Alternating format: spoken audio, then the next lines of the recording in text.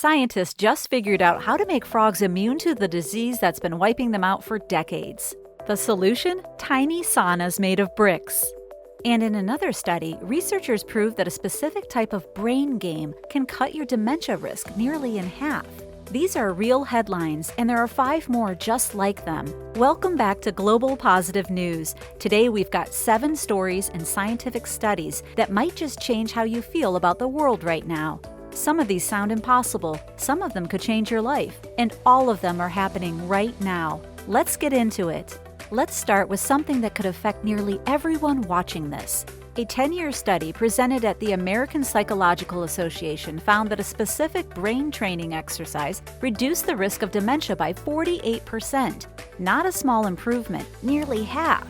The study followed over 2,800 older adults, those who completed at least 11 sessions of something called speed of processing training saw dramatic results. For every session completed, dementia risk dropped by 8%. The exercise works like this. You identify an object at the center of a screen while also tracking something in your peripheral vision. As you improve, the task gets faster and harder. It trains mental quickness and visual attention. Participants also showed better reaction times, fewer depressive symptoms, and improved driving ability. One study found a 48% reduction in at-fault car crashes. The key takeaway?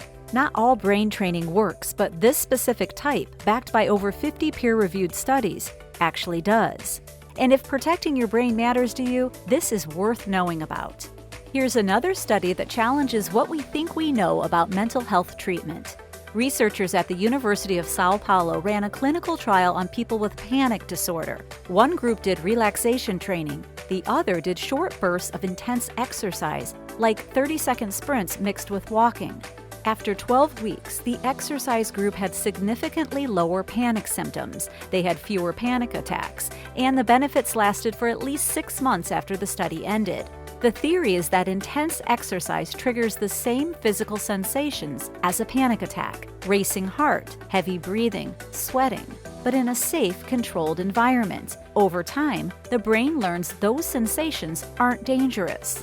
It's called interoceptive exposure, and it turns out sprinting might do it better than sitting in a therapist's office doing breathing exercises. The study also found that almost no one dropped out of the exercise group. People stuck with it because it felt like progress, not punishment. Speaking of unexpected treatments, in India, rescued elephants are now receiving acupuncture, and it's working.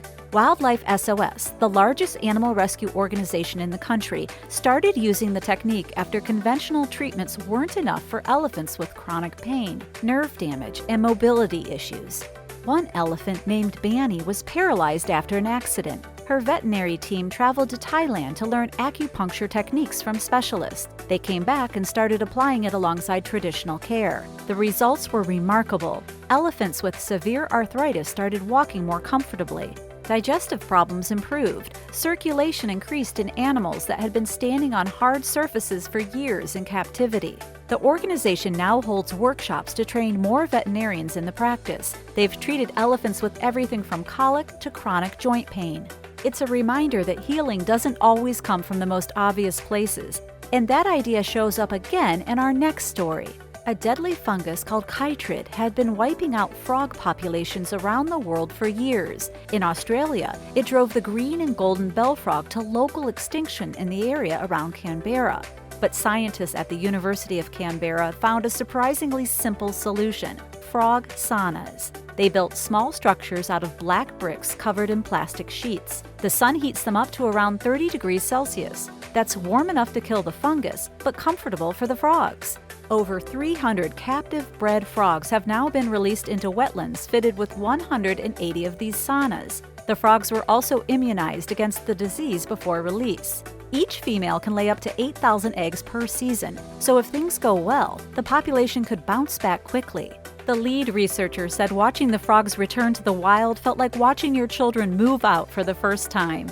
Sometimes saving a species doesn't require a billion-dollar breakthrough. Sometimes it just takes bricks and plastic. Scientists at the University of Sydney have developed a paint that does 2 things at once. It cools buildings and pulls water out of the air. The nano-engineered coating reflects sunlight, lowering indoor temperatures by up to 6 degrees Celsius. That alone reduces the need for air conditioning. But here's where it gets interesting. The porous structure of the paint creates the perfect surface for water vapor to condense, the same way steam forms droplets on a bathroom mirror. That water can then be collected and used for animals, plants, misting systems, or even hydrogen production. It works best in humid conditions, but researchers say it can also harvest dew in arid and semi-arid regions where nighttime humidity rises. One paint, two problems solved. No electricity required. And if you're enjoying this, tap that like button. It really does help us share more stories like this. There are over 870,000 miles of fiber optic cables running along the ocean floor. Most of them carry internet traffic, but researchers at the University of Washington are using them for something else entirely. They've laid cable across Puget Sound near the Canadian border to listen for endangered orcas. The technique is called distributed acoustic sensing. It works by firing laser pulses through the cables and analyzing tiny vibrations caused by sound. Orcas make distinctive clicks when they hunt and navigate. The cables can detect those clicks and track where the whales are in real time. If scaled up, the system could warn ships to slow down or change course, reducing the risk of injuring whales. The infrastructure already exists. The cables are already there. Scientists are just finding new ways to use them.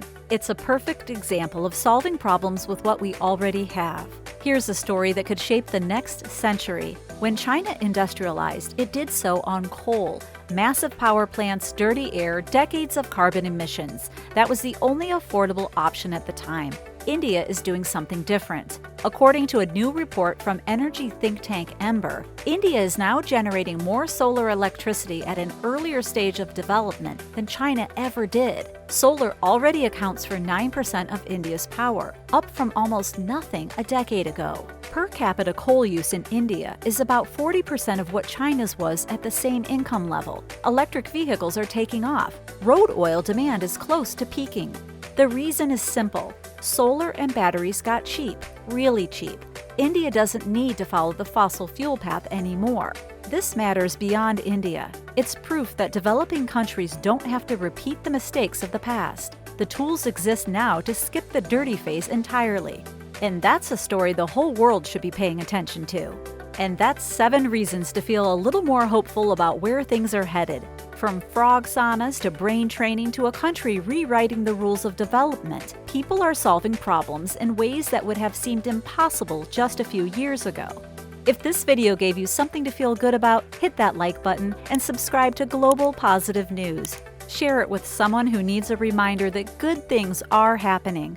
Stay positive, and we'll see you in the next video.